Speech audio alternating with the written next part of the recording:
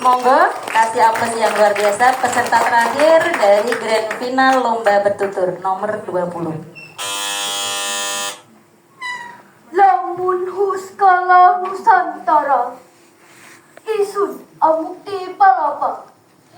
Lamun kalah ring gurun, ring serang, Tanjung Pura, ring Haru, ring Pahang, Dompo, ring Bali, Sunda, Palembang, Tumbasi. Samana isun amukti palapa. Jika sudah taluk Nusantara, maka aku amukti palapa. Jika sudah taluk gurun, serang, Tanjung Pura, Haru, Pahang, Dompo, Bali, Sunda, Palembang, Tumbasi, barulah aku amukti palapa. Bapak Ibu Dewan Juri dan teman-teman yang saya sayangi, buah apel, buah semangka. Cakep. Rasanya enak sekali. Perkenalkan, nama saya Alessa Kira Supeti. Assalamualaikum warahmatullahi wabarakatuh. Waalaikumsalam warahmatullahi wabarakatuh. Teman-teman, tahukah kalian kalimat yang saya ucapkan di awal tadi?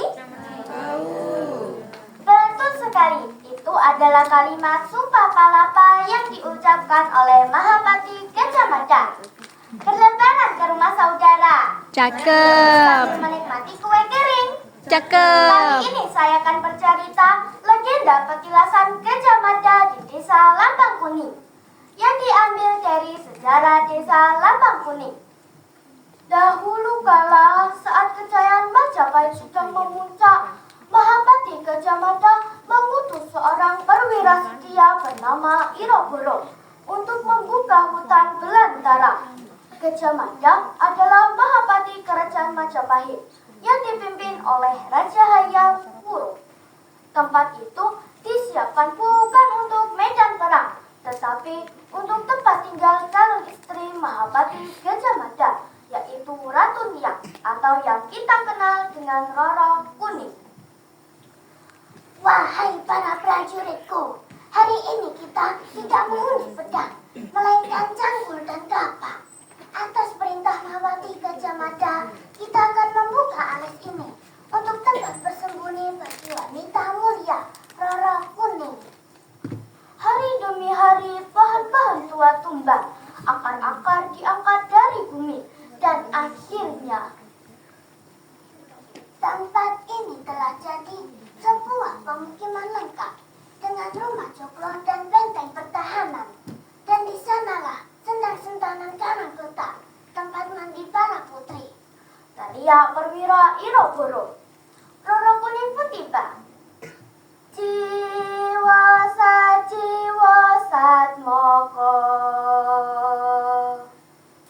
wiknya diri sunyata, rasa wirasa ngerasuk sukma sepo kang maha pangripta. Roro Kuning, wanita cantik dan setia, dipersiapkan menjadi pendamping Gajah Mada. Tapi tak lama angin sejarah berembus tak terduga. Setelah perang Pajajaran, Mahapati Gajah Mada meninggalkan Majapahit. Iroboro, aku datang bukan sebagai Mahapati. Aku telah meninggalkan Majapahit. Teriak Gajah Mada. Iroboro kaget dan menghormat. Paduka, kau tinggalkan segalanya. Gajah Mada menatap dengan tenang. Kekuasaan, jabatan, semua itu telah kutinggalkan. Di sini aku ingin hidup sebagai manusia biasa bersama Roro Kuning.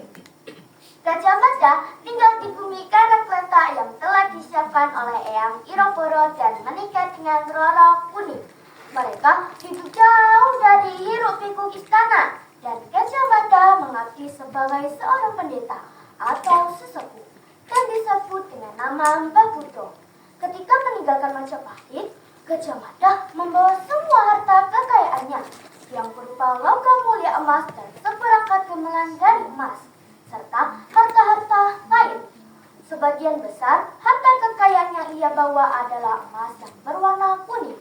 Oleh karena itu juga desa ini dinamakan Desa Lambang Kuning. Sampai sekarang di petilasan Karangkletak disebut juga petilasan Babudo. Di sini ada 2 area makam yang disakralkan, yaitu makam Roro Kuning dan yang satu lagi masih diprediksi sebagai makam Mahapati Gajah Mada. Di lain tempat ada makam Eyang Iroboro dan sampai sekarang masih disakralkan oleh masyarakat Lambang Kuning. Pada saat kegiatan bersih desa, masyarakat berkumpul bersama di tempat ini. Dan hingga kini kisah ini tetap hidup. Diisikan oleh angin di antara pepohonan tua. Situs Lambang Kuning menjadi saksi bisu perjalanan sejarah Gajah Mada. Bagaimana teman-teman, serukan ceritanya? Burung nuri terbang tinggi. Cakep. Terbang hingga di dahan. Cakep. Terima kasih saya Kiri, semoga kisah ini membawa kesan. Wassalamualaikum warahmatullahi wabarakatuh. Waalaikumsalam. Tepuk tangan. Terakhir. Namanya siapa? Kira, Kira. Kira. Dira. Oke. Dira tadi ceritanya kan tentang Gajah Mada yang dia ingin menjadi manusia biasa ya Bu. Itu cerita ini diambil dari buku. Dira baca bukunya atau dikasih naskahnya sama guru? Ini dapat dari kedengaran dari orang-orang yang cerita. Oke, menuliskannya siapa? Yang nulis belum tahu. Enggak, maksudnya naskah yang dipakai Dira bercerita itu dituliskan oleh siapa? Bu Putri, bu gurunya ya. Oke. Waktu membawakan cerita ini, perasaannya gimana? Senang. Bagian mana yang Dira rasa paling menyenangkan? Waktu nyanyi. Waktu apa? Nyanyi. Nyanyi. Iya mau nanya. Kamu penari ya? Iya, nari. Oh ya, kelihatan soalnya waktu nari tangannya bagus banget, menteri. Selain bercerita yang ini, Dira pernah membawakan cerita apa? Belum pernah bawain cerita yang lain. Tapi kalau lomba di mana ya? Nggak tahu gimana. Yang bahasa Inggris pernah ceritain semut sama belalang. Semut sama belalang. Oh, kalau cerita rakyat yang Dira tahu apa lagi selain ini? Ada Danau Toba Mm-mm. sama bawang putih bawang merah, Mm-mm. luka hijau,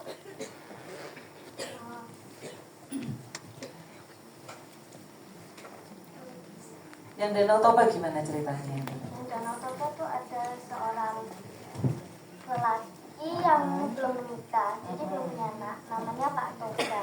Mm-mm. Setiap sore di lahannya untuk mengambil tanaman yang sudah Mm-mm. kering. Terus pernah waktu pada saat dia setelah itu memancing, biasanya kan dapat banyak ikan. Ini lama banget gak dapat. Habis itu ketemu ikan besar, warnanya emas. Akhirnya dia ambil, terus dibawa pulang di embernya.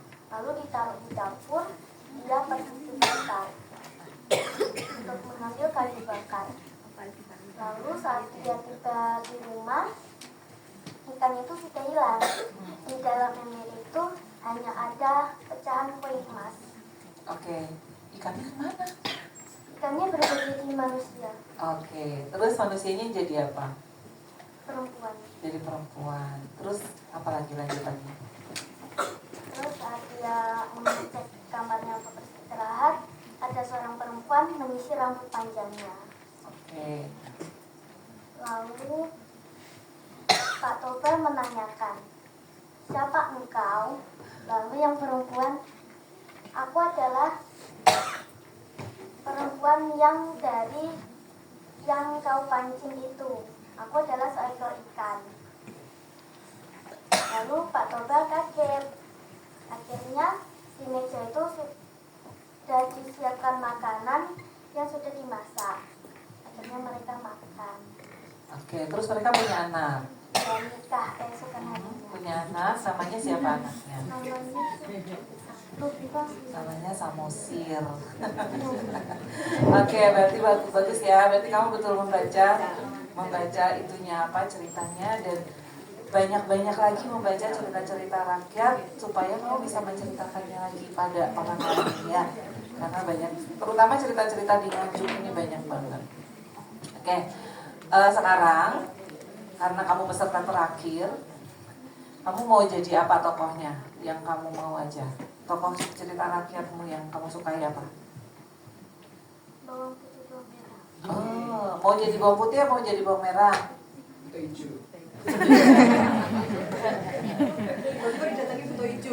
Bawang putih apa bawang merah? Jadi bawang putih.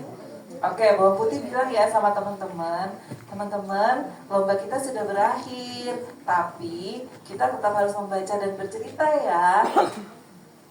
Teman-teman, lomba kita sudah berakhir, tapi kita harus membaca buku cerita ya. Iya.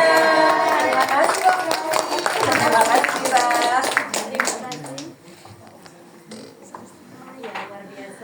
Tampilan peserta nomor terakhir 20.